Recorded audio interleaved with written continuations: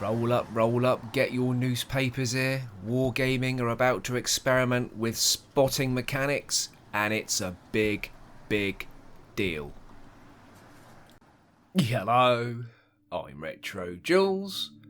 Wargaming are about to begin a test on the 18th of September, which runs for 4 days. And this is how it goes. Hello tankers. Over the years, from new players and experienced players alike, there have always been complaints and confusion surrounding invisible tanks and how detection, the vision system, works.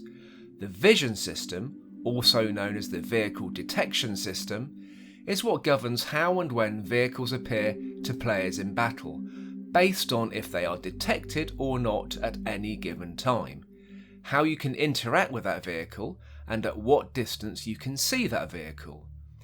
Have you ever found yourself in the situation where you are being shot at by an invisible tank? Pesky tank destroyers. Ooh, arty. That's a big deal. Wondering why the enemy could see you, but not them. Unable to see and shoot a spotted enemy as they are further than the rendering range, or otherwise feeling your brain catch on fire as soon as you're trying to comprehend intricacies of how the vision system works. My view range is 390 meters, with a camo factor of 0.13, but the enemy spotted me at 410 meters. How does that even? Brain explodes. And I must admit, I am one of those people that, even though I know how the spotting mechanics work, that side of things does confuse me, and in all honesty, I just get on with the game and I don't dig too deep into it. Anyway, if you said yes, yep, I've got my hand up, to any of these situations, then we have some news for you, so pay attention, tanker. We will be running a test throughout the weekend for a new vision system, with the main difference being that all combatant vehicle models, ally and enemy, are always visible and no longer pop into existence. This means you will need to spot enemy tanks with your own eyes.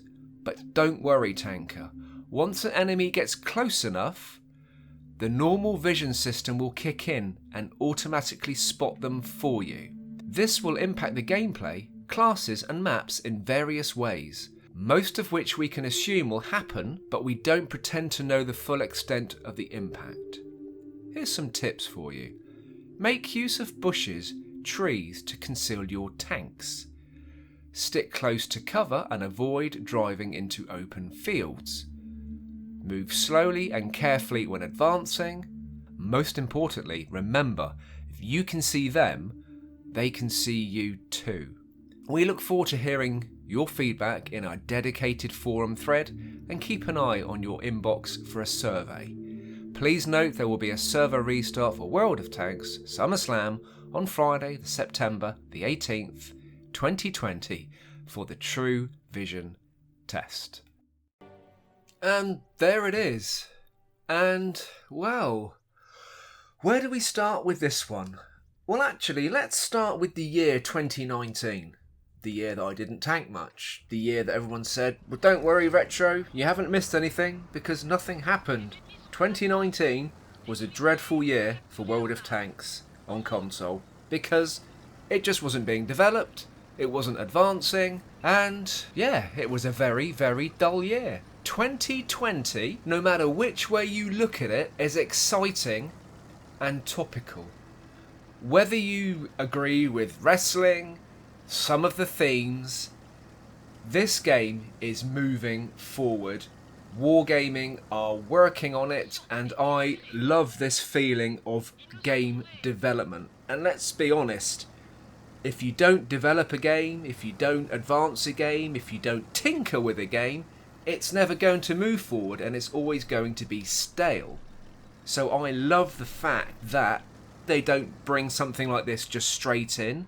They experiment with it and they're open to our feedback. I really like the way this is going. When I stopped tanking, I was fed up with the game, amongst other things, and I did consider War Thunder.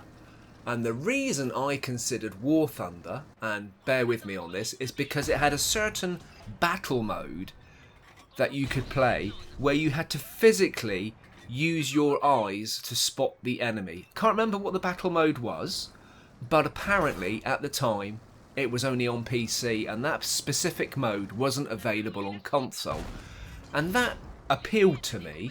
It looked very, very difficult and apparently it was very hard to play, but it appealed to me because it was realistic. This is what this sounds like to me, and I'm trying to work out in my head whether this is a dumbing down of the mechanics or this is making the game more strategic and more realistic. Let's be honest, tanks are big. You cannot hide a tank unless it's behind a mountain, behind a big rock, behind a building, concealed inside a forest, bushes, trees. That aspect is quite realistic, and if you were to break cover, your 40-ton huge machine would be so visible, it's unbelievable. So actually, if you think about it, for a tank to suddenly pop into view range isn't really that natural. Now I know this isn't a realistic tanking game and I know it's an arcade game, but the reason we play this game is the fact that, well, it's fun, it's topical, we talk about it, we do it together, but also because it's technical and we like to talk about the mechanics within the game. So my understanding is that if a tank is visible and your eyesight's good, you're going to see it, but I'm guessing the tank won't be outlined in red until it's close enough, which I guess would be your normal view range, and then it's going to be highlighted and you will be able to use auto aim. I'm guessing that when you see the tank in the distance and it's not highlighted but visible, you won't be able to auto aim on it, but you will be able to physically shoot it. Initially, I really like this idea. It just brings a sense of realism into the game. And it means that those pesky light tanks, and remember, there's some really, really pesky light tanks coming at some stage that don't have any tracks on them. We all know what we're talking about there. Do you want that sneaking up at you at breakneck speed and suddenly popping into view? No, maybe you do want to see it coming from a distance and maybe your team will then stand a chance of taking it out. I think initially this is clever.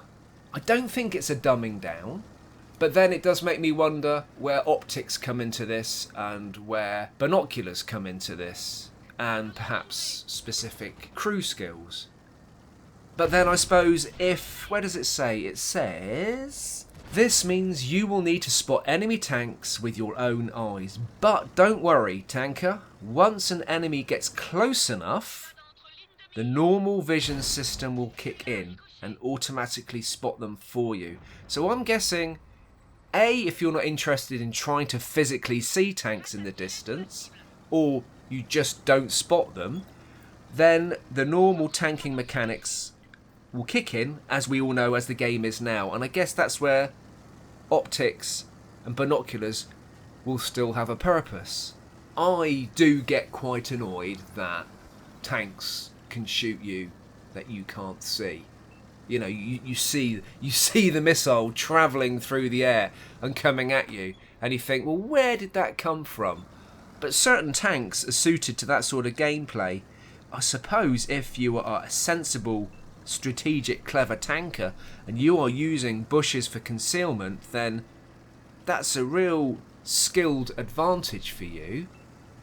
But you won't be able to sit up on a hill in El Haluf, for example, out in the open and be invisible. So I quite like that idea. I can't even comprehend how this is going to work for artillery. I can't imagine anything's going to change. Artillery is going to be at the back of the map somewhere, hidden, unable to spot for itself, so it's going to rely on the team to spot as normal, But how is that going to work if you're a scout tank, they're out of your view range, i.e. not highlighted, but you can physically see them to shoot at them? Surely that isn't going to highlight them for artillery. Surely you're not going to highlight the enemy for artillery until it's physically within your normal view range, i.e. it's highlighted. This is unusual. I embrace this change. I'm really excited to see how this works, and for me personally, I feel that this is quite an intelligent mechanic and is going to make the game quite realistic. For those who want this to be the real arcade game, this is quite a change. For me, I'm quite happy to see the arcade game become slightly more realistic, almost to the fact that it's a bit of a simulator. One of the other reasons that I didn't start playing War Thunder was that, in all honesty, I couldn't be bothered to relearn a whole new game and all the mechanics involved. But with this game, we already know the mechanics, we already know how it works, and then we just have to adapt to a bit of a change so it makes things easier. I'm looking forward to experimenting with this, and I'm really looking forward to see how it works. And as far as artillery is concerned, I think we're pretty much all on the same page that we don't agree that artillery should be able to fire at you without you having any kind of warning whatsoever. Even though playing artillery is difficult from an RNG aspect, the fact that you can aim at your enemy and RNG governs completely whether you remotely hit it or get close. And maybe that side of things needs to change as well, but I think with artillery that maybe, I'm just sort of thinking out the box here, that maybe they could develop a crew skill, like an artillery sixth sense, whereby you earn that skill, and then when artillery is aiming at you, from whichever view it uses, that you will get some sort of warning. Maybe. I don't know. I'm just putting that out there.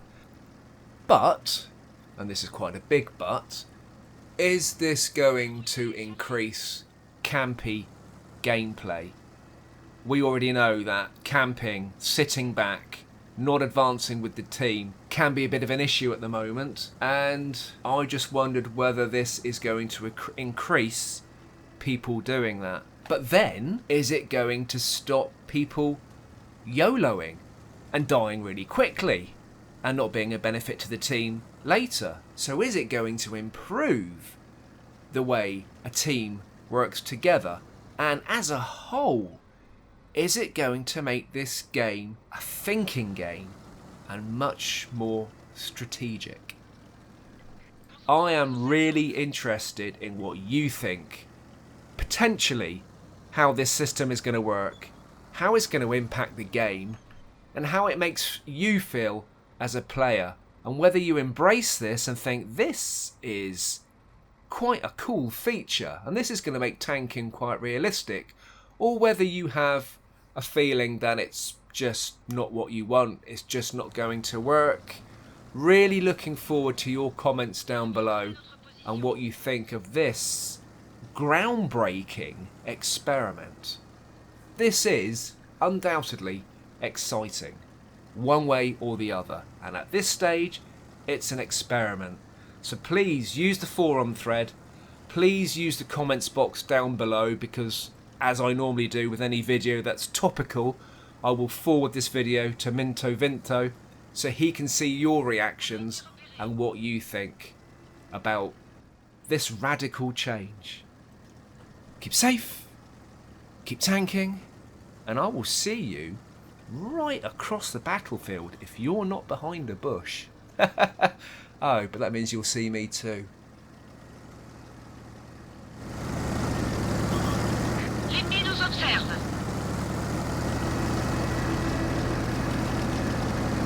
On a verrouillé la cible.